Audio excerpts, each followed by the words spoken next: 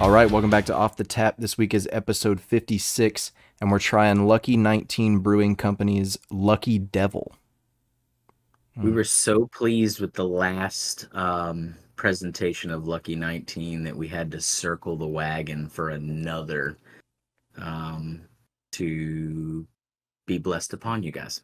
Yeah, I'm excited to try it because of how surprised we were by the first one. They have a few out of the HEB near me that I've seen now, but we just scooped this one up. It was on like a display at the HEB. They were pushing it, so Dude, I think there's a few things that we didn't notice from last time. Did it say a beer in the hand is worth two in the bush? I think that's their slogan. I think we did read that last time. I feel like I remember hearing it, but I can't remember.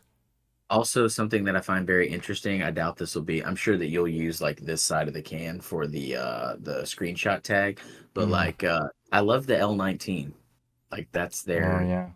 their the mini abbrev symbol. the abbreviated logo. Yeah. Yeah, I like that. So this is a German style Kolsch, coming in at 4.9% ABV and 20 IBUs. Bro, okay. I have to say this immediately. There's few things in this world, and I don't know if it's just childhood that makes me think of this, but there's few things in life that give me like a complete warm and fuzzy feeling and immediately makes me salivate like bread that's rising in a bowl. I don't know if you've ever experienced this, but like fresh white bread where you've already like it's risen once and you've already knocked it down, but again, grandma would make it so it was in one of two things, a big ass stainless bowl or like that super like green slash yellow like Tupperware container. The bowl was like this freaking big. Mom would put vermicelli salad in them, but grandma would let bread rise in it, and that smell of like the yeast and like a little bit of sour in the air, and the room was warm because you needed the bread to rise. She would also, because there were bugs in the house and stuff, she would take a little polishing cloth, like a bread cloth, and lay it over the top so they wouldn't stick to Mm. the surface. Anyways, all that being said, and that in the back of my mind, I used to take like I would pull the freaking towel back and I would pinch me a little bitty roll off of that thing and I would eat it raw and it tasted like straight yeast and just like sour. When I popped this can open, the smell was if I was blindfolded right now in a room, I wouldn't be able to tell the difference between this and that smell of Mm. bread, which is a very good place to start. Mm. This is fucking top notch. I So haven't tasted it yet. so grandma would approve of the smell.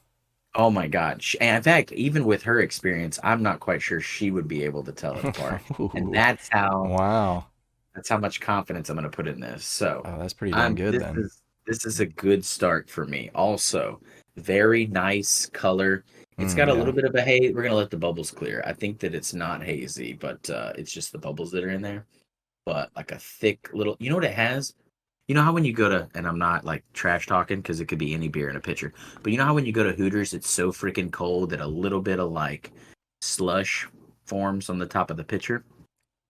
That looks like this, even though I know it's not that cold. So it tells me there's a good bit of body to it. I don't Oh know why yeah. I just got so excited. When I smelled beer in the can, I mean, when I smelled bread in that can, I got very excited. Bread is a very good thing to get excited about though, because like I Uh, know me for one, my favorite time of the month or the year or whatever times is whenever uh, our mother cooks bread.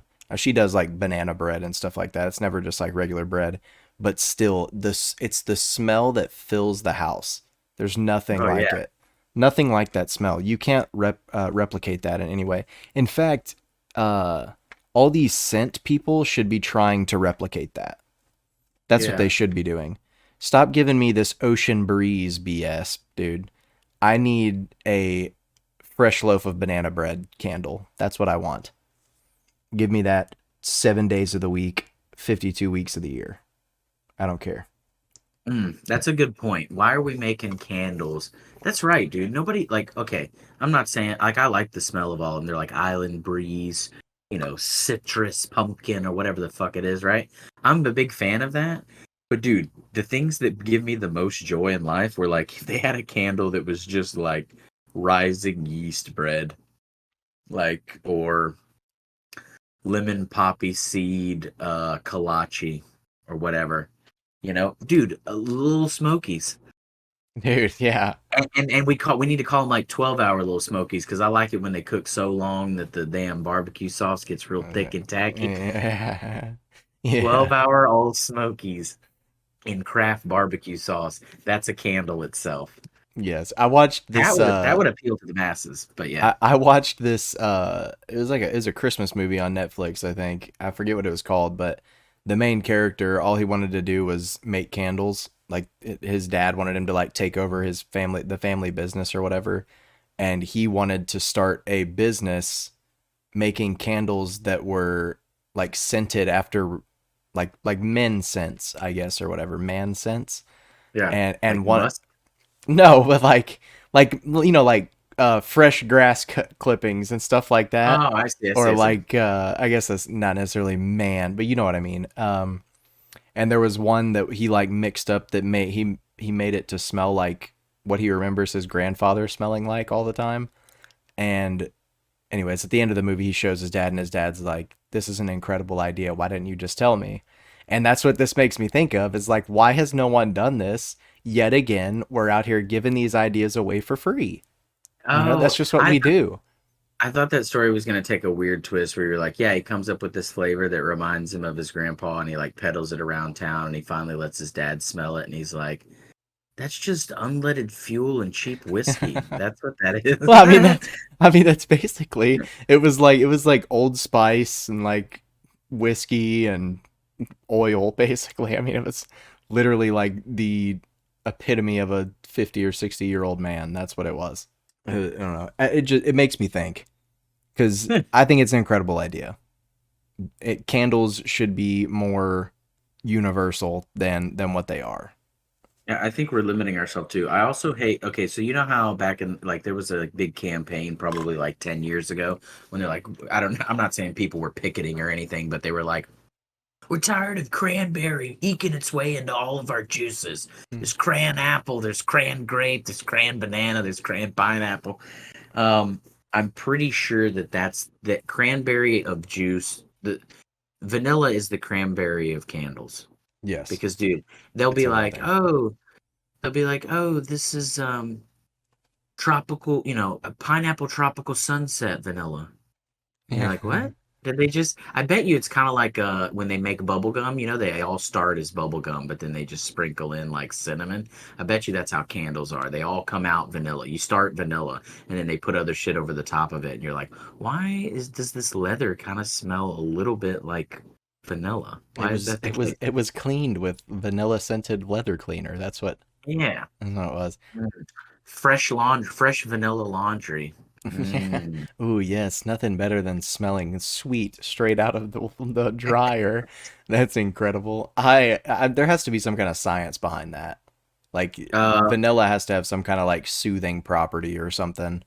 Yeah, I know. I've seen a lot of people that are like realtors that like bake cookies as soon as they get to the open house so that Yeah. people are just like, oh God, this is home, when they come in. And it's Hmm. probably the vanilla. I mean, obviously it's cookies too, but it just goes to show you that the things we enjoy genuinely are what the candle should smell like. So we've come full circle and supported our original Yeah. argument. Yeah. Bread. We want bread candles. That's what we want. That's what we What want. what But is the uncooked. yeah. Yeah. Raw yeast. That's what we want.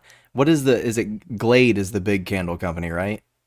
I mean, Glade's probably the biggest, yeah. Glade, and there's another one I know that well, I mean I don't know the name of it, but I know there's another one out there that's pretty big. But yeah, dude, hop on the train. Get on that. What are y'all doing? And it's a whole separate campaign. Also, they could make them funny too. Like, Hmm. Can't be too funny though. You got to be careful sometimes. yeah, I know, but it could be like cheap store brand scented garbage bag.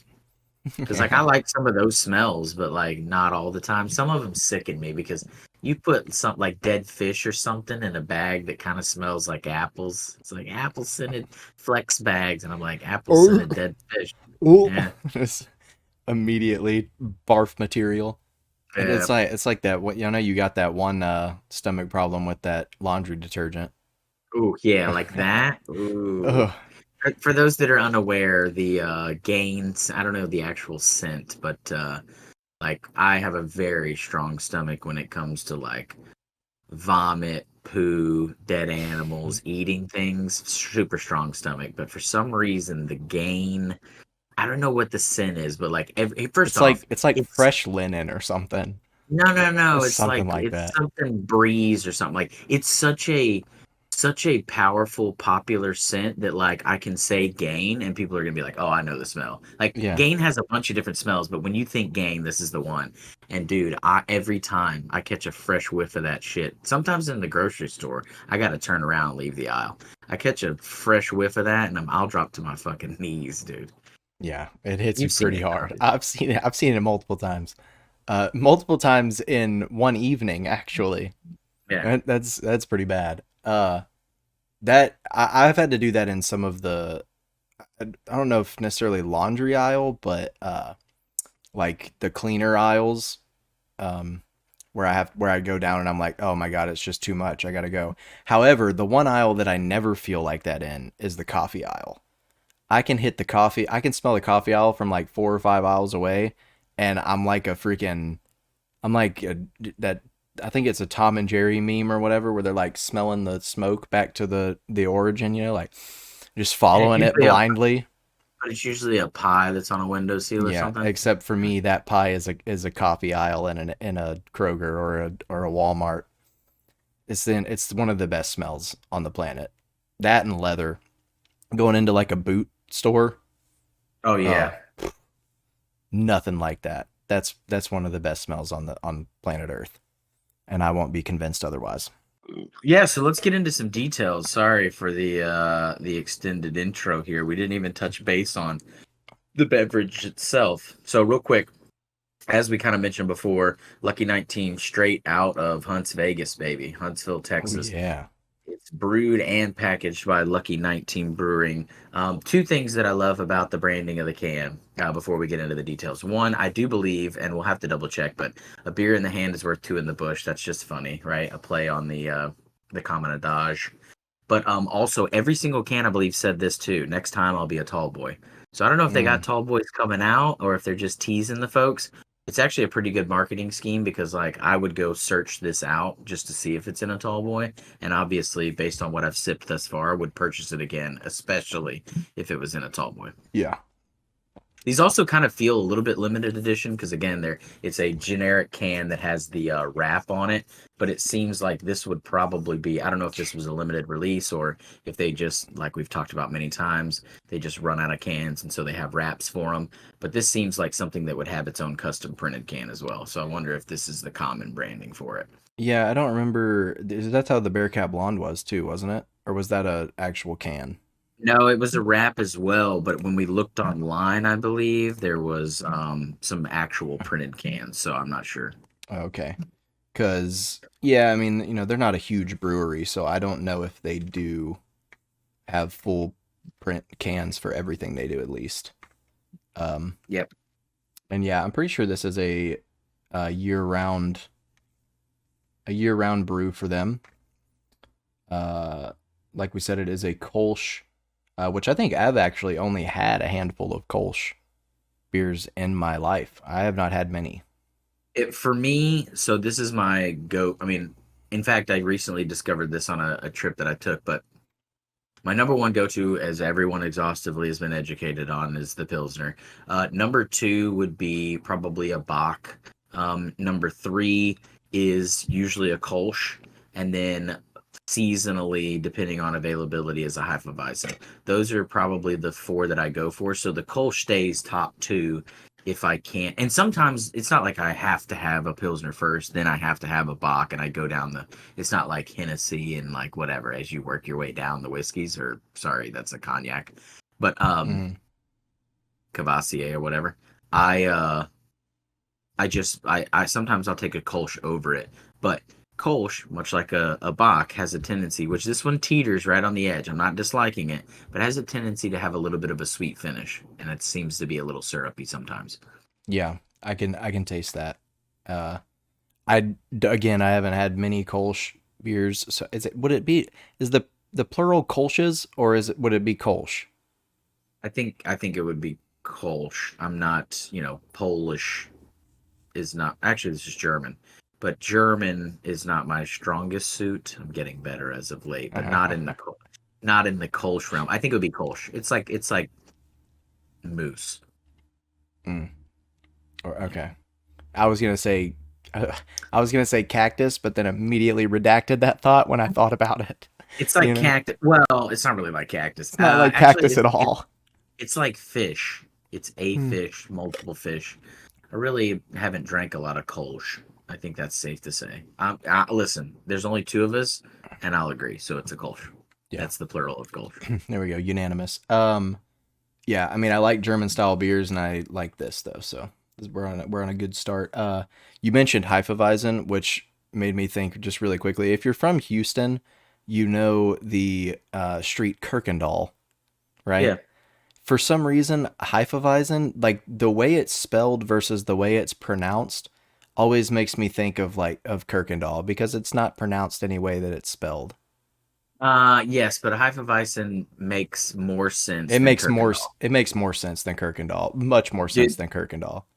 there's this guy, I mean, not a plug here, but there's this guy on Instagram, and he's like, if you from Houston, and then he like Oh says yeah, things. Have you ever seen this guy? yes, He's like, yeah. He's like, if you from Houston, then you know you'd rather be in a shallow grave than be at the 290 interchange headed towards Austin at 5 p.m. on a whatever, right? yeah, And he refers to Kirkendall a lot or Post Oak, and it's just hilarious because I'm like, yeah, yeah. So if you're from the area, you get that reference. If you're not, you probably have a street or a city wherever you're from that's similar, where it's just spelled a little bit differently than it's pronounced. And where Hefeweizen isn't that bad, but it's still spelled more like Hefeweizen, where even Hefeweizen.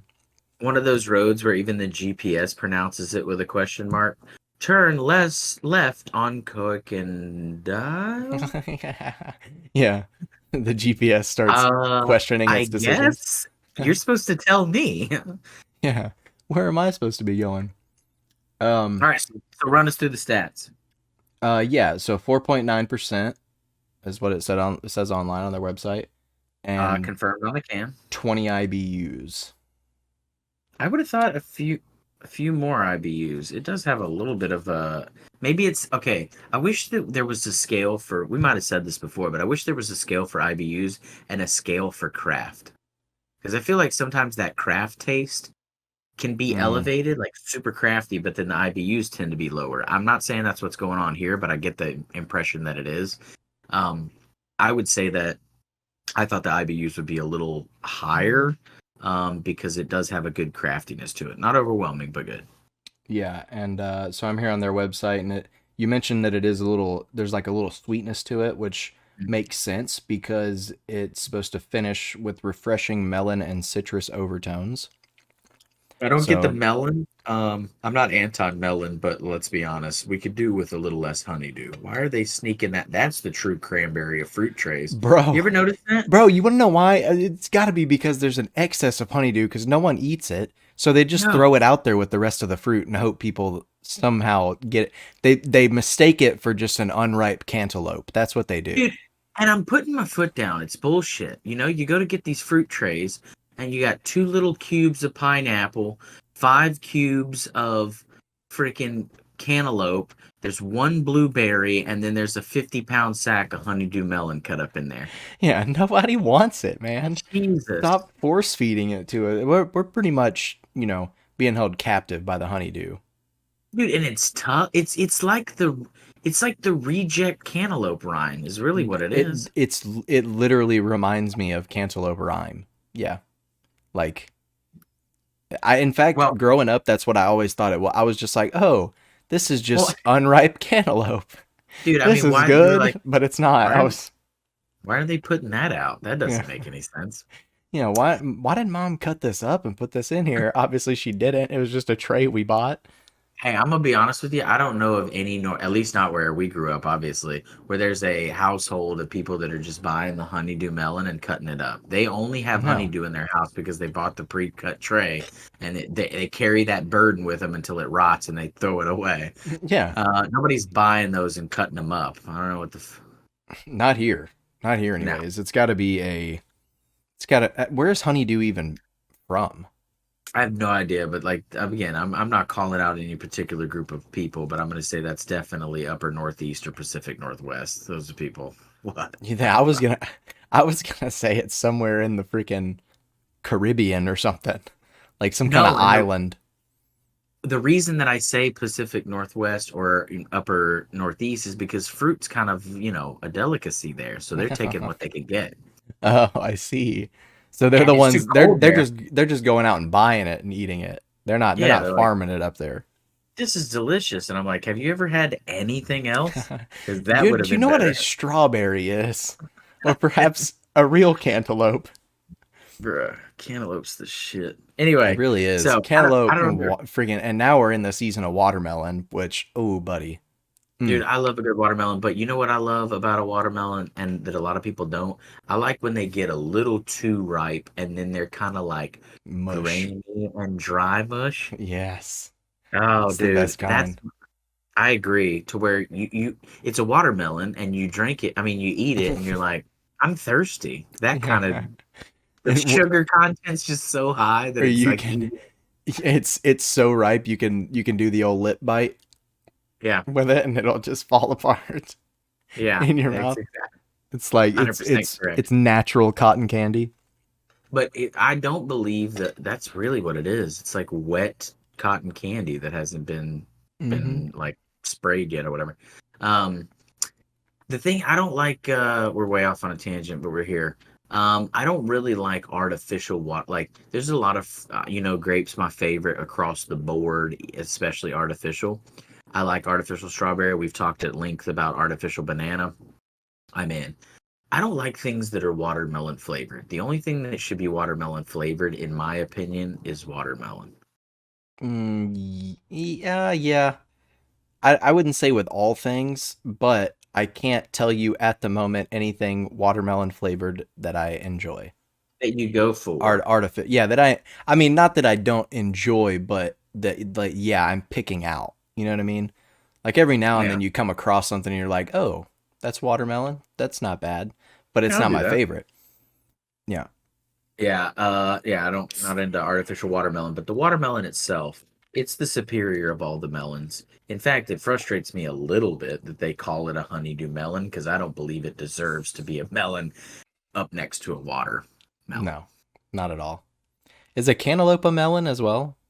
It's definitely a melon, but it's so superior to that of the honeydew that they were like, we got to differentiate these suckers, and they gave it the name cantaloupe.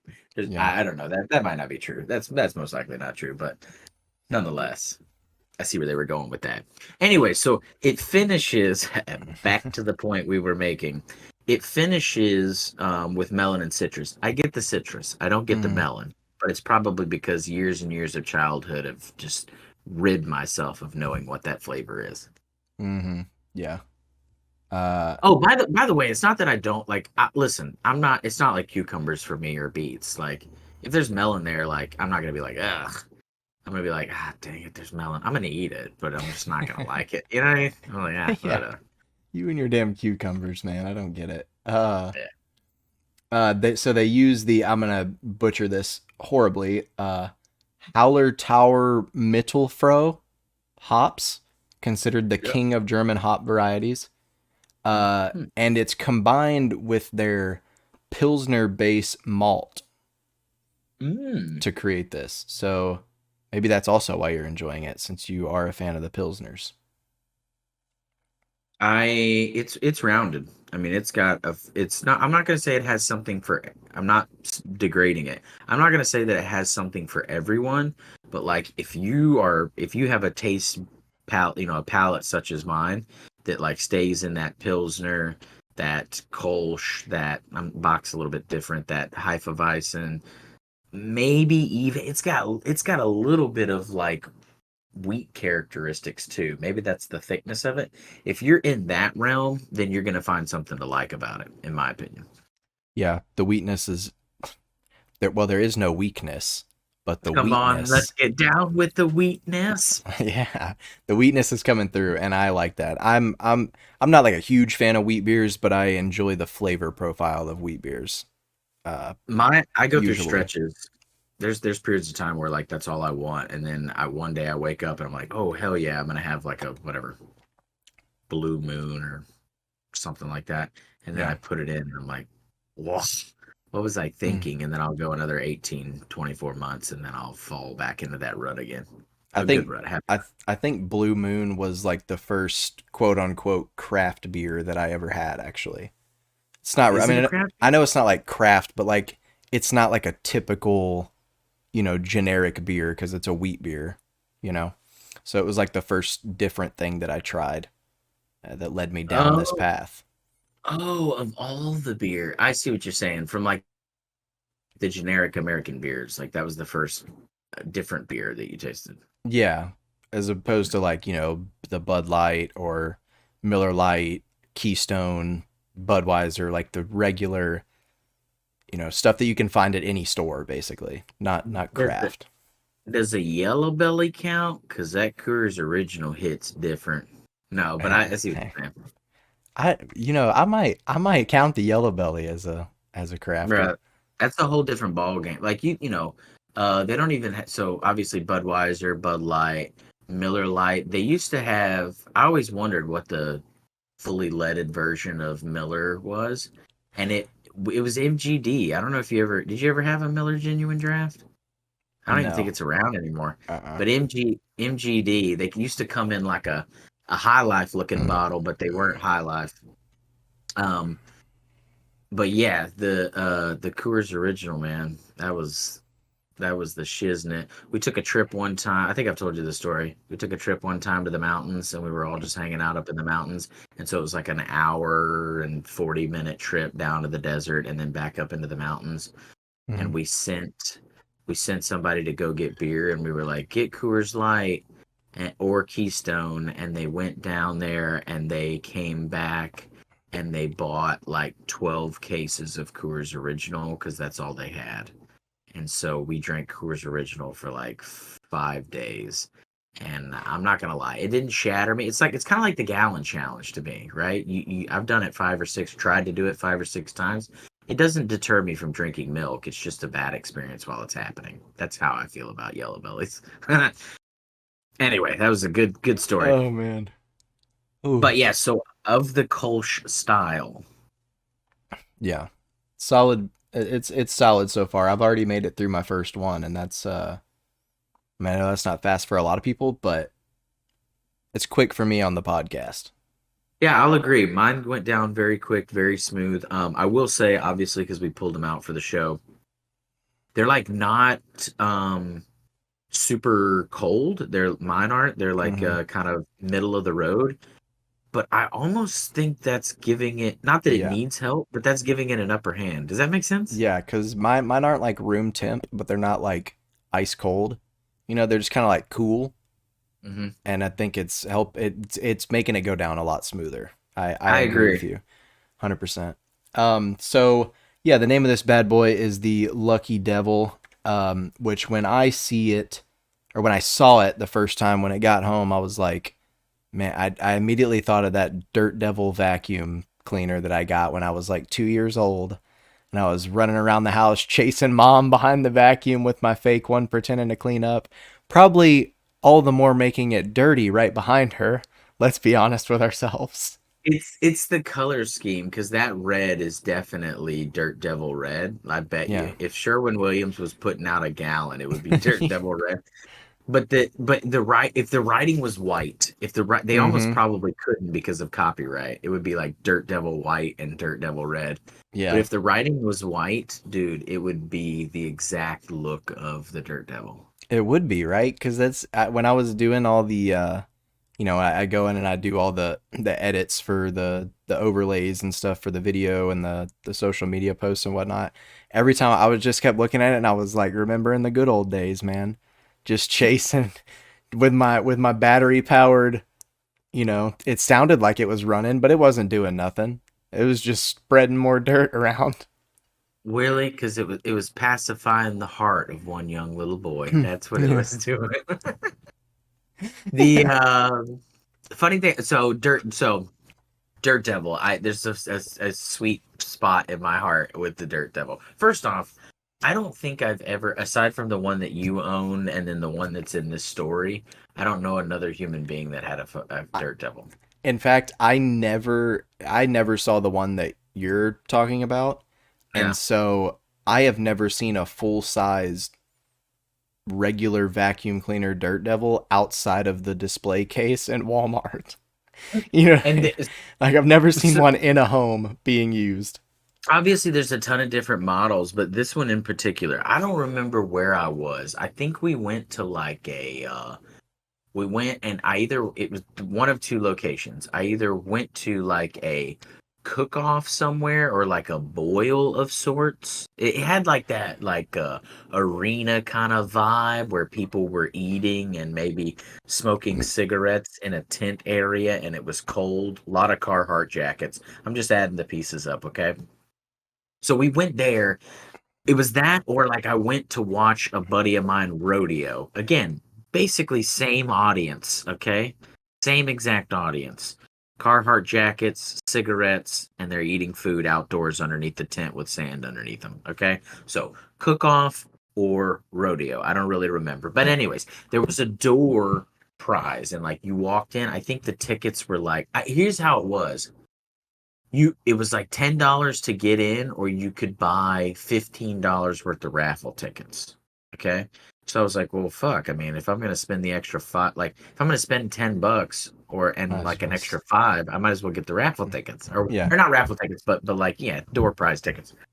So anyways, I probably had $15 to my name. That's what I bought. I got in and I ended up winning this Dirt Devil vacuum. But it was one of those ones that kind of looked like you ever seen um oh no, the Brave Little Toaster. That was a Hoover vacuum. Anyway, it was one of these handheld ones.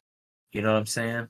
Hmm. And and it was like a handheld one and it had like a elephant trunk that came out the nose of it and it had a little wand on it and it had like it almost looked like a bagpipes. You know that like the pattern that was on the bag, the plaid Yeah. pattern? That's what the Dirt Devil was. Okay. Oh, so they were Anyways, trying a new style around this time, I guess so. It was like a trying to handheld branch out. version. It had a hose on it, and it looked like a bagpipe that was only had one pipe on it. Anyways, I won it. It's the only to this day, right? And I was probably 16 years old, and to this day, 20 years later almost, I've never won another door prize. Okay, so I get this thing home. I'm using it for the first time. I'm vacuuming out probably 50 pounds of sand from the floorboard of my truck and it's overheating. It struggles, it catches fire. I grab it by the handle, which then became the it was like a shot, not a shot put, but a what's the one that's on the whip that they whip, the ball that's on the end of it? Oh, oh my God. Hammer throw. Oh Is God. that it? I don't know. Anyways, so I don't think it's hammer throw. Okay, well, we'll Google that and cut it in later, right? It's the joys of editing. So, anyways, I tossed that fucker way out into the driveway, hits the rocks. It's on fire. I put it out with the hose. I cuss it for 10 minutes. I get frustrated. I grab it by the whole cord, drag it up the driveway, plug it back in. She finished the entire job, and I never ever had it hiccup again. I don't know what happened. I lost it when I was moving. It didn't. I didn't give up on it. It didn't give up on me. I just lost it while I was moving. That's the Somebody first found time. it. That's the first time I've ever had an electronic like visually catch fire. Put it out with the water hose, and it almost like laughed at me, and then came right back alive, dude. Just it It got belt better. it belched fire from the belly of its lint-ridden stomach and just rock and rolled. And yeah, so it held a sweet place in my heart. Not only did it not give up on me after I cussed it like a dog for 30 minutes and hit and hosed the shit out of it with a water hose, but also it's the only door prize that I've ever won. Oh, yeah, I've never won a door prize, so you're Yeah, better than well, I. I nobody's won one as good as that one, apparently. Obviously not, man. Usually those door prizes give up on you in a couple days. It 100%. reminds so it reminds me also of our original Nintendo. I think I had told you this before, but that it was very I don't want to say finicky. It was just very it had its own personality. It would go through these different phases, right? Everybody knows, they see the memes, they lived it where you got to blow the cartridge and stick it in there. That Mm-hmm. was that was baseline status quo no matter what the hell was going on in that day and age with the Nintendo, okay? But Mm-hmm. ours, you would blow sometimes you would blow it, you would put it in, press it down, and that's what it needed, and it would rock and roll. And then sometimes I would have to blow it, push it in, push it down, hit the on button, and then pop it back up. And when you popped it back up, the screen would boop boop boop, and it would come to, and you would just didn't touch it, and you just left it not cocked down in there. About halfway out. Yeah, Yeah. and so you and it would. I'm not going to say that it was finicky. It wasn't like randomly deciding. It would go through seasons. Sometimes it would just need the blow. Sometimes, like most things. Anyway, sometimes it would just need the blow, and then sometimes it would just need to be pressed in, and sometimes it would just need to be pressed up. And then one day I gave it all I had, man. I was blowing on it. I was pushing it down. I was pushing it up. Don't cut this out of context. And it It's too late. never, and it never, and it just didn't work. And so I got really frustrated and infuriated. And I thought to myself, hmm, I've come across this in the past with an on fire dirt devil that I hosed with a water hose. All it needs is time. It needs to understand its place. So I took that Nintendo and I wrapped it up in one of those like Mexican horse blankets. Remember those? Mm-hmm. You know what I'm talking about? And I Yep. slid her under the bed and I waited 1 year, not exactly to the day, but roughly give or take. And I took it out and I just slammed the cartridge in her and she fired right back up, dude. And she's been rocking. Oh, well, she's not rocking and rolling now. I don't know what ended up happening to her. Probably found her way to the Dirt Devil that's also missing. But nonetheless, the moral of the story is all of these electronics are possessed by something. They have their own attitudes, their own charisma, because they can be positive as well, and they just need to be understood. Mm-hmm. Yeah, they're possessed by a demon or a devil, perhaps. You know. Ooh. And but maybe it's a lucky devil. But look at what they do to us, man. I mean, look at what that Nintendo. Actually, I'm not gonna say that a dirt devil turns people bad. People can make fun of. They're like, "Oh, you're playing these video games. You're lazy." When's the last time anybody was like, "Oh, he's been out there running that dirt devil"? Not never. Probably somebody has. Let's be honest. That people get What mad is about everything. what is he out there with ambition and OCD? That asshole with this dirt devil. That asshole. A dirt devil vacuum really does seem like the vacuum used to like vacuum your outdoor rugs, though. You know what I mean? Bro, It's, it's the kind you buy. It's the kind that, like in those funny comedic crime movies that they purchase to help clean up the crime scene. They get there to yeah, plug it in and it doesn't work. yeah. That's the dirt devil. You were talking about that old school Nintendo, man, and I didn't have so I don't know what I was probably by the time that thing stopped. Well, it didn't stop working, but it kind of started giving out. I was probably Yeah, like 7 or 8. So I didn't have probably. many years of like actually being able to play it very often. But my biggest memory of the Nintendo was I came home from school one day. It was like third, I was in like second grade, maybe first grade or second grade. I got off the bus and I walked inside and I was like, "Hey mom, I'm home." I didn't hear anything and I was like, "What the hell?" So I start looking around and I pop open, I guess it was your bedroom door at the time, and she was just sitting on the floor in front of the TV playing Super Mario Brothers 3, bro. And she Bruh, was on the last world. And I was like, dude, "What the hell?" The only thing mom, I've ever seen mom play ever in my life. she used to hit it hard, dude.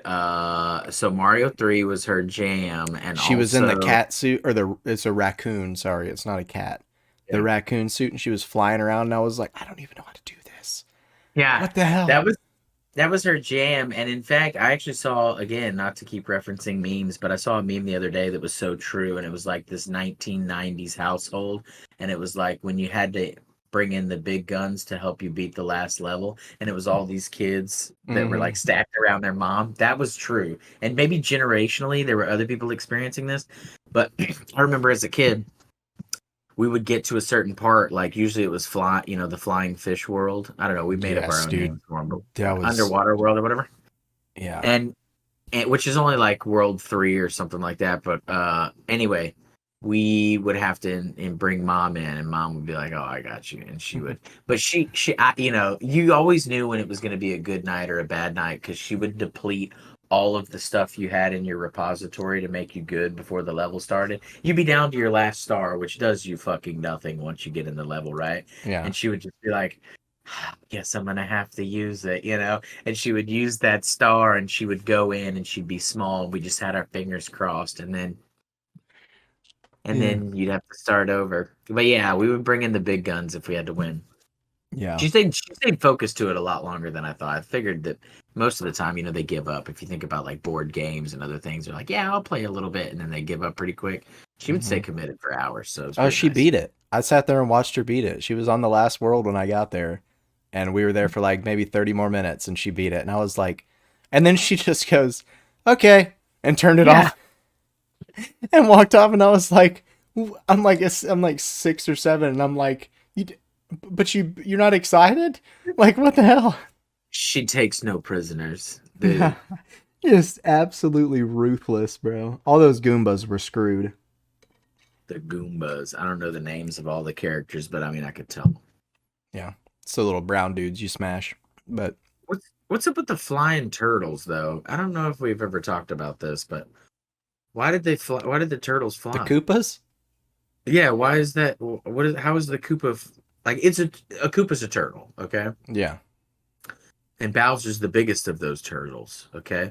But how can some of them fly? That doesn't make sense logically.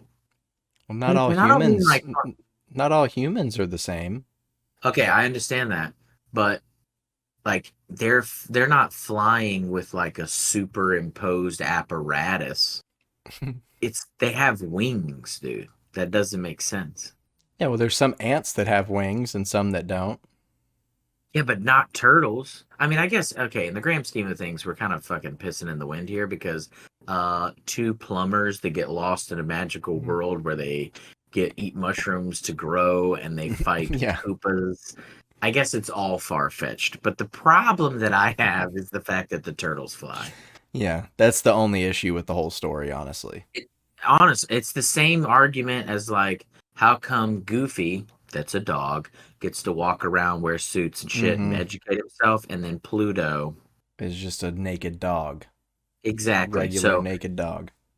So all of that being said, I just need somebody somewhere. I don't know what kind of grasp we have of like deep underground Reddit streams, but how come some of the turtle Koopas, excuse me, fly and not all of them do? Yeah. Which I mean that this kind of ties in also to the Nintendo thing, which if you don't want any spoilers, not that it's going to be a big spoiler, it's just a background thing. You can skip ahead a couple minutes, but I recently got to watch the Super Mario movie that Yeah, so did I. came out. I've seen it. Yeah, I know you did. I was just going to point this out that there was one scene where in the background they were selling retro games and it was Nintendo 64s. Wow. And it was like he was showing him how to blow out the cartridges and put them in like you were talking about. I didn't see that, but I'm a little disappointed because I don't consider, I mean, I know that Nintendo 64 is retro, but like in the grand scheme of Mario, it had been out No. for ages. Well, I think that I'm pretty sure there was other systems as well in the little hut, but the one that I noticed was the 64 because that's what I grew up with. You know what I mean? And they were obviously blowing them out, so it was still throwback because nowadays there's not Yeah. even discs, right? It's I mean, everybody's downloading. pretty much. But it also like Super Mario Brothers was, invented or like brought about on the regular Nintendo or whatever. But Yeah. the Nintendo 64 was the first three-dimensional Super Mario Brothers game. And so Yeah. that's kind of what like sparked all of it. I mean, not all of it, but kind of like exploded gaming in that kind of way. So, Well, I would say like there's a few revolutionary.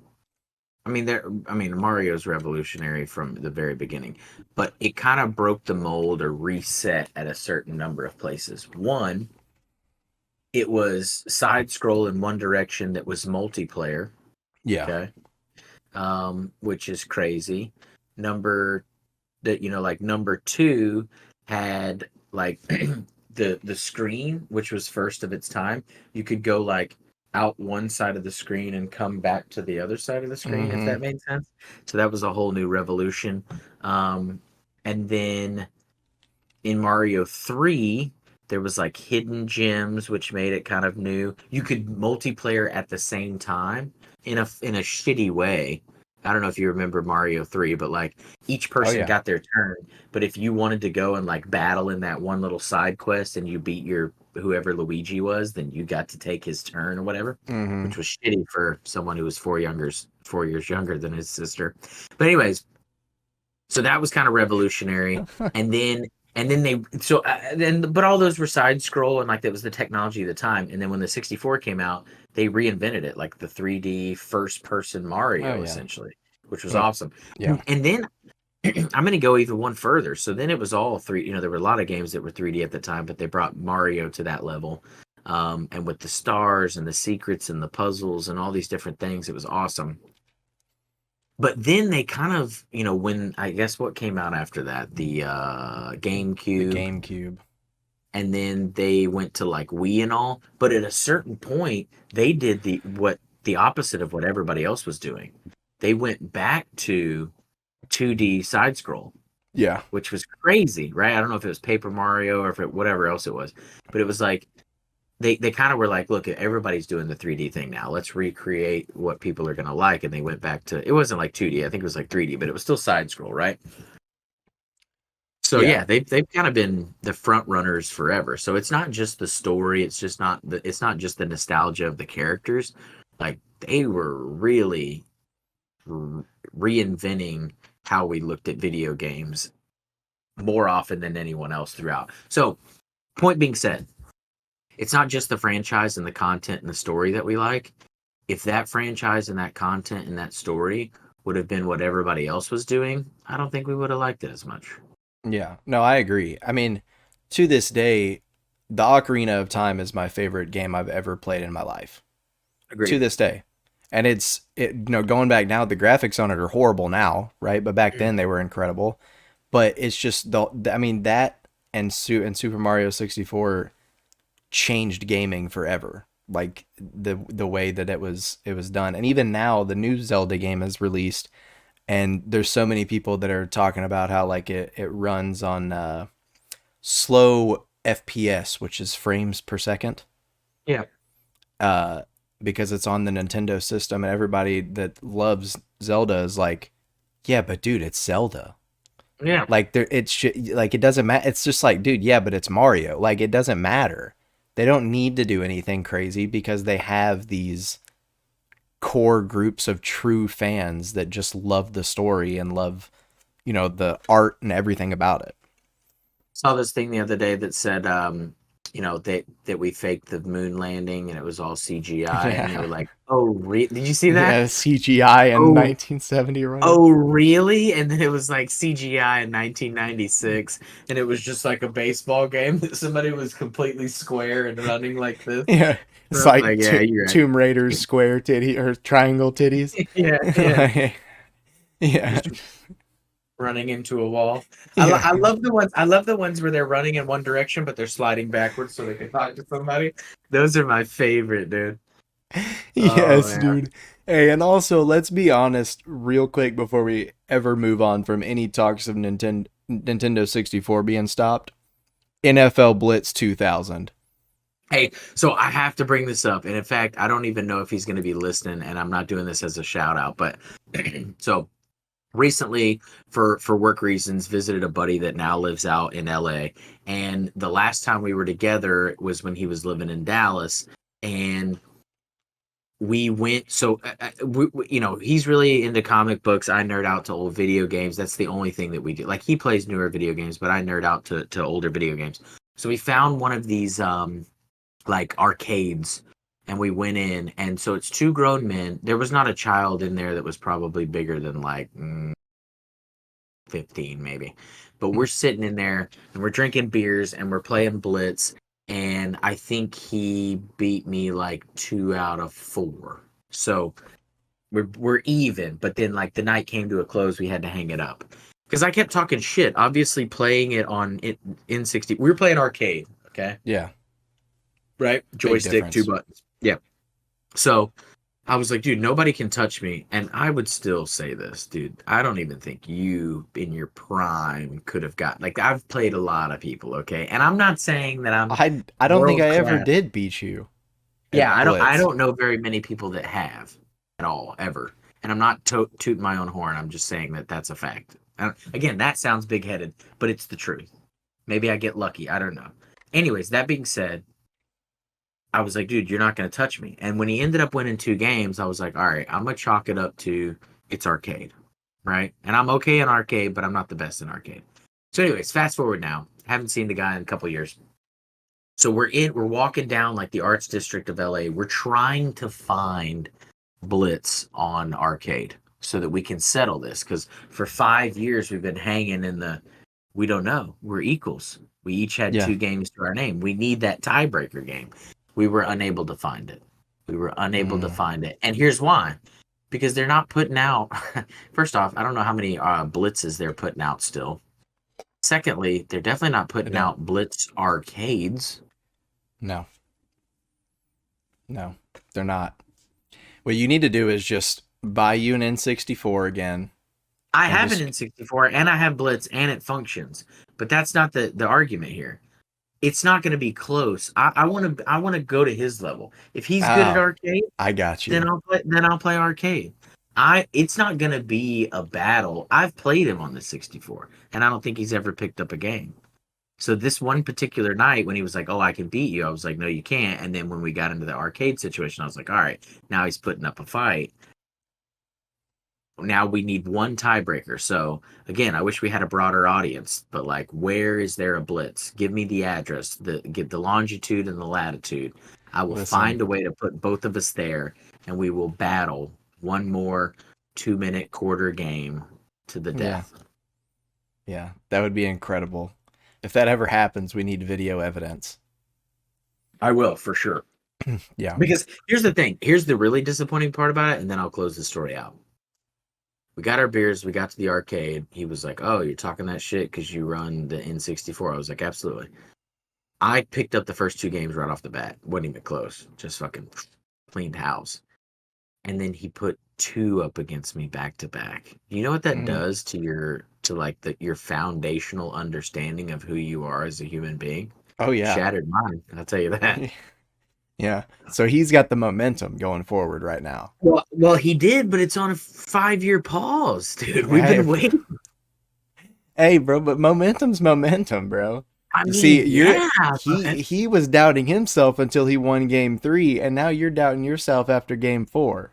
dude, momentum's legit, but friction's a bitch. And 5 years of friction? Come on. Well, that's fair. That is fair. I don't Anyway, think so I don't think I've ever seen a Blitz arcade actually. Have you checked the arcade that's by your house? yes, there's no Blitz arcades over here. Because they're not really arcades. These are more like token type. You need to go to like a straight up old school arcade. These are more like token type things where like, you make the basketballs in and you get the tickets and all that. It's not like Ah. arcade. So there's two places that I've seen them. You can get the mini ones from Costco. So you could buy one to put it in your house. And they're the little short ones. Mhm. Um, but they're like $700, and Katie wouldn't let me do that if I already got it on 64. And then there are a few places that are like built for like you have to be 21 and up to Mm. get in that have them. I hit one in New Mexico not that long ago. Um, but yeah, we didn't find one. And there's a bunch of them up in Dallas, but there just didn't happen to be one in LA that time. Or it wasn't Such a open. shame. There was one there. Yeah, it was terrible. It wasn't open. It wasn't open because I was there on like a Monday, and Ah. the thing like they're open like hardcore throughout the week, Tuesday through Sunday. So their day off is Monday. So all of like most arcades, I don't know if they like formed a union or alliance, but they were like nobody's playing Blitz in the city on Monday, and they just shut her down. But I guess that makes sense. I mean, yeah, your weekends are probably your banger times being an arcade. So, yeah. Makes sense. All right. Well, we need to get down to the WWYBD. Ooh, I'm gonna need you to go first. Oh God. Okay. Mm. All right. Um, for me, this is a what is it? You What know is it? what? What?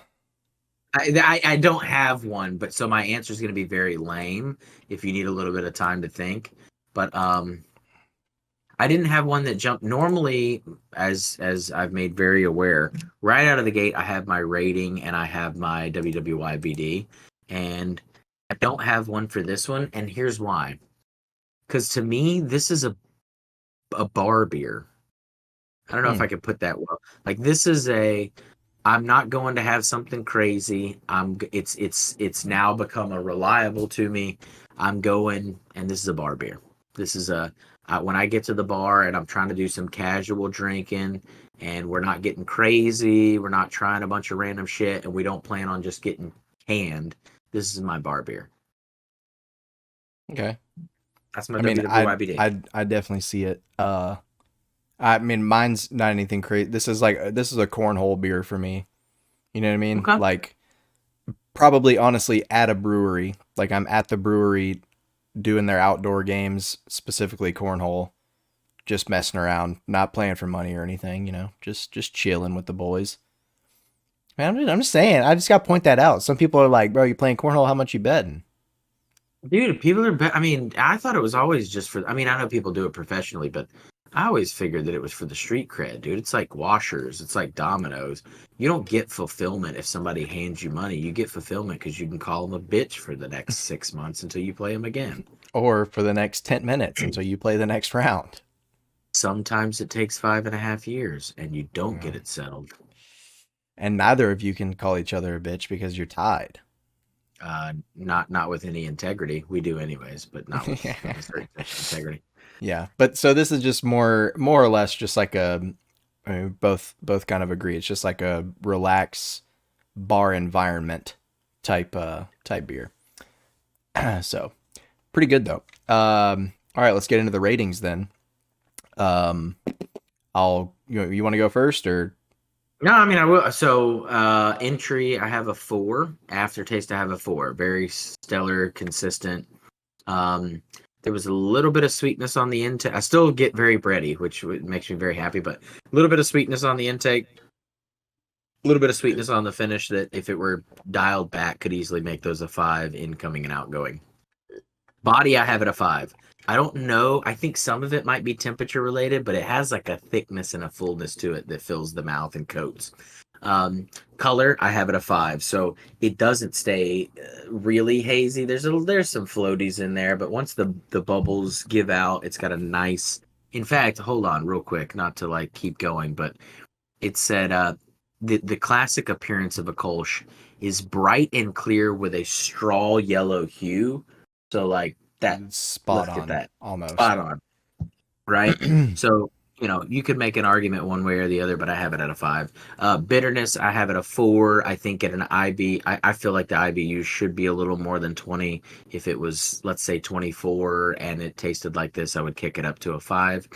Acidity, I have it a 3, middle of the road, and fizz, I have it a 4. So that brings it to a total of 29, which is a pretty damn good score. Yeah, so Very this is close. this is pretty incredible because we're almost spot on across the board. Okay.